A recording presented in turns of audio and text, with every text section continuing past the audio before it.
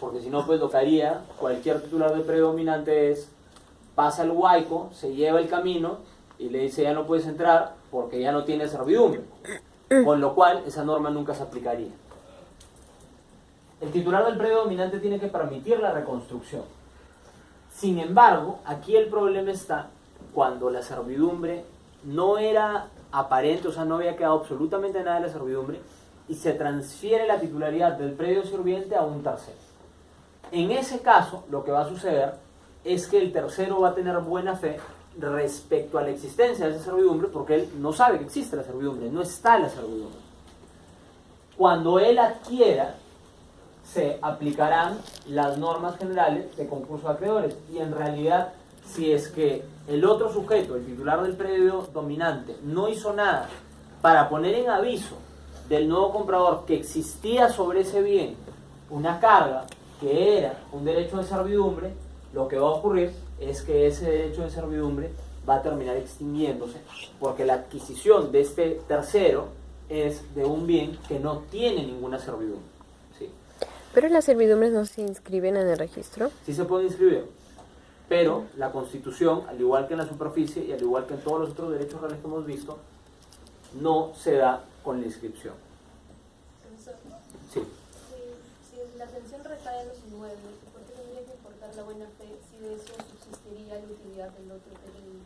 Porque lo que sucede es que en este caso no se está poniendo atención realmente en que la persona ha transferido, sino en qué es lo que la persona está comprando. O sea, es distinto comprar un bien que tiene una servidumbre a un bien que no tiene una servidumbre. Por eso es que van a concurrir. Y como no sabía que tenía la servidumbre, va a tener buena fe, porque si sí supiera, no van a poder concurrir porque no tiene buena fe. Entonces, se refiere a la concurrencia en realidad. Nuevamente, la concurrencia se aplica a todos estos tipos de derechos. Una aclaración, ¿sí? De los derechos reales que hemos visto hasta ahora, y de los que van a ver con Walter, los únicos que se constituyen por inscripción van a ser la propiedad horizontal, y cuando digo la propiedad horizontal en el inicio, es decir, cuando se constituye el régimen, no de ahí cuando se vayan a transferir los inmuebles. 2, la transferencia de vehículos, y 3, el derecho de hipoteca. La garantía real de hipoteca existe solamente cuando se inscribe en el registro. Esto es distinto a las normas de excepción que hemos visto, en donde efectivamente en el 2014 se va a constituir el derecho de propiedad, el modo de la transferencia de propiedad va a ser la inscripción, y en el artículo 1135 en donde el escalón preferente será el que inscribe. Pero como regla general, los únicos supuestos que hemos visto hasta ahora en donde el registro es constitutivo son estos 3 que les acabo de decir. Entonces, Noelia, ¿puedes leerlo, por favor? El artículo 1050. Artículo 1050. Las servidumbres se extinguen en todos los casos por el no uso durante 5 años. Ya. Mismo plazo que en el caso del usufructo. Si es que no se utiliza la servidumbre en 5 años, entonces se extingue. Si es que no se utiliza el usufructo en 5 años, entonces se extingue. Ya, a ver, vamos a hablar de 2 cosas para terminar esta parte de servidumbre y así acabar realmente con el curso en sí. ¿Ya? La primera es la servidumbre legal. El Código Civil, en los artículos 1051 y 1053, regulan 2 supuestos de servidumbre legal. Una es la servidumbre legal de paso por falta de acceso al camino y la otra es la servidumbre legal por predio, de paso también por predio enclavado en otro predio. Una es onerosa, la otra es gratuita. La servidumbre legal de paso por acceso al camino, que es el primer artículo que está ahí, el 1051, ¿qué supuesto regula? Tú tienes 2 terrenos que están pegados, pero solo uno tiene acceso a la vía pública. Entonces, en ese caso se genera de manera automática una servidumbre legal. Una servidumbre legal que permite al predio dominante que no tiene acceso a la vía pública a pasar por el predio sirviente y poder llegar a la vía pública. Esa servidumbre es legalmente onerosa, es decir, te tienen que pagar. Este pago, si es que ustedes ven, a ver, esto es un paréntesis, ¿ya? Si es que ustedes ven, por ejemplo, el derecho italiano, van a ver que este pago es una indemnización, pero una indemnización que no tiene un daño ilegítimo detrás, porque es un daño legítimamente sufrido, porque lo autoriza la ley. Sin embargo, igual se da el resarcimiento. Cuando ustedes lleven responsabilidad civil, quizás obligaciones, pero en realidad esto lo deberían de tocar en responsabilidad civil, pero hay algunos que les gusta el derecho italiano que meten lo mismo en responsabilidad y en obligaciones. Lo que les van a decir es la diferencia entre resarcimiento e indemnización. Entonces, en esos casos, ustedes van a ver que les van a hablar de este supuesto. Probablemente no señalen la norma del Código Civil peruano, pero en las lecturas lo van a ver. Y ahí lo que ustedes tienen que hacer es levantar su manito y decir, ¿y esto qué significa? Porque es que aquí se habla de pago, ¿sí? A ver qué les dice. Ya. Y el segundo supuesto es el de servidumbre legal de paso por predio enclavado en otro predio. ¿Qué es eso? Tú tienes un predio, que imagínense es mi mano, y yo transfiero parte de mi mano. Imagínense la parte interna. Entonces, esa parte interna de mi mano, que va a ser un terreno distinto, no va a tener salida a ningún lado, porque va a estar dentro de otro terreno. Entonces, en ese escenario, como el que vende es justamente el titular de ese predio enclavado que se está transfiriendo, lo que se dice es, el titular del predio enclavado, que va a ser el predio dominante, va a tener una servidumbre legal de paso, pero va a ser gratuita. ¿Por qué en este caso sí va a ser gratuita? Porque dependía del titular del predio sirviente la posibilidad de darle un camino o no. Él decidió no darle un camino, entonces legalmente le da una servidumbre legal de paso. ¿Sí? Estas dos son las dos servidumbres que no se constituyen por contrato ni no se constituyen por testamento, sino que se constituyen directamente por la ley. Cuando se genera ese supuesto de hecho, se constituye una servidumbre. Entonces, si es que ustedes están en el examen final y ven un supuesto en donde tú tienes dos predios colindantes y uno no tiene acceso a la vía pública y les preguntan ¿existe una servidumbre aquí o no? ¿Ustedes qué tienen que poner? Que sí, efectivamente. Una recomendación ya desde el punto de vista práctico, cuando vean casos en donde crean que se puede estar aplicando una servidumbre, es que hagan el gráfico, porque el gráfico clarifica mucho estos supuestos de servidumbre legal que a veces se ven y a veces la gente no los ve. ¿Sí? Sí. ¿Y esas servidumbres también se extinguen por el no uso 5 años? No, porque justamente son legales. Ya. Y por último, la prescripción de la servidumbre que está en el artículo 1040.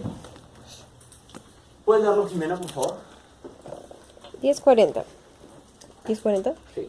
Solo las servidumbres aparentes pueden adquirirse por prescripción, mediante la posesión continua durante 5 años con justo título y buena fe, o durante 10 años sin estos requisitos. Ok, se ha recogido el plazo de prescripción adquisitiva de bienes inmuebles por la simple y sencilla razón que las servidumbres recaen sobre bienes inmuebles.